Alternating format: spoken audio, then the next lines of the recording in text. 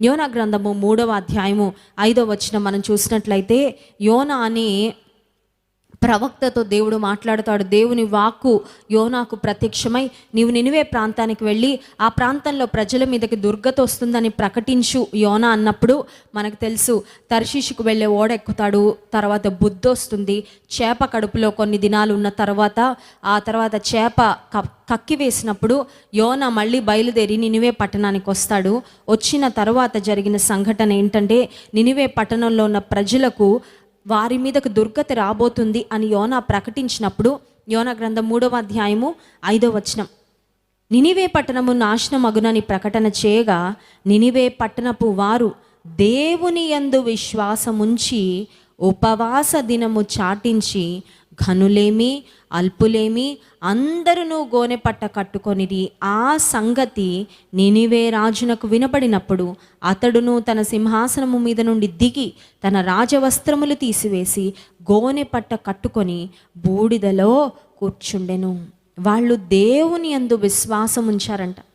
నినివే పట్టణంలో వారికి దేవుడు తెలియదండి. వాళ్ళ అన్యులు, దేవుడు తెలియని వారు. దేవుని శక్తి ఏంటో వాళ్ళకి తెలియదు. యాక్చువల్గా నినివే పట్టణం మీదకి దేవుని ఉగ్రత రాబోతుందని వెళ్ళి ప్రకటించమన్నప్పుడు యోనా భయపడ్డాడు. ఎందుకంటే వాళ్ళు భయభక్తులు లేనివారు, అక్రమంగా బ్రతికేవారు, పాపంలో బ్రతికేవారు. వాళ్ళకి వెళ్ళి ఈ బ్యాడ్ న్యూస్ ప్రకటిస్తే తన్ను చంపుతారేమో, తన మీదకి ఏదైనా కీడు వస్తుందేమో అని భయపడి యోనా ఆ ప్రాంతానికి వెళ్ళడానికి అంత సుముఖతను చూపించలేదు.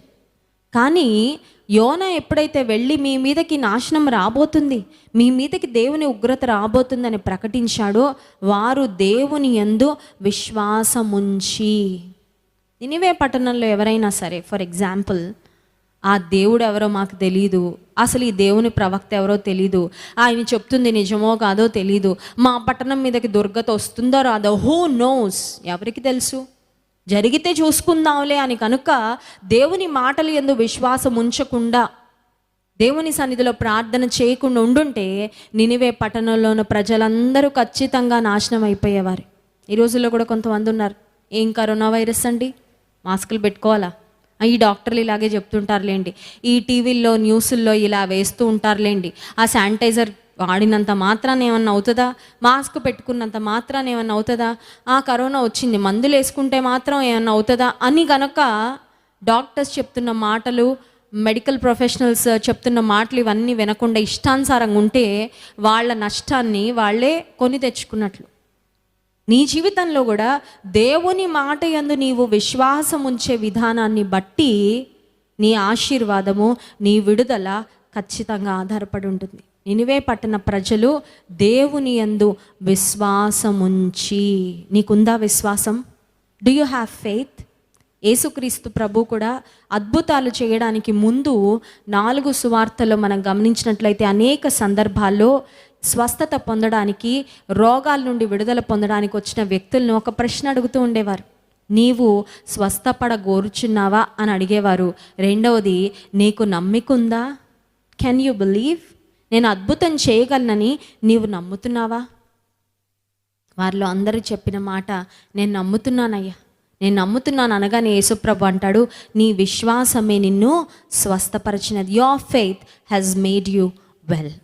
యేసయ్య కూడా ఉదయకాల సమయంలో సమస్యల్లో ఉన్న వారితో ప్రశ్న అడుగుతున్నాడు, నేను నిన్ను స్వస్థపరచగలనని నీవు నమ్ముతున్నావా? Can you believe? Can you have faith? Do you have faith? నీకు విశ్వాసం ఉందా? నీవు నమ్ముతున్నావా?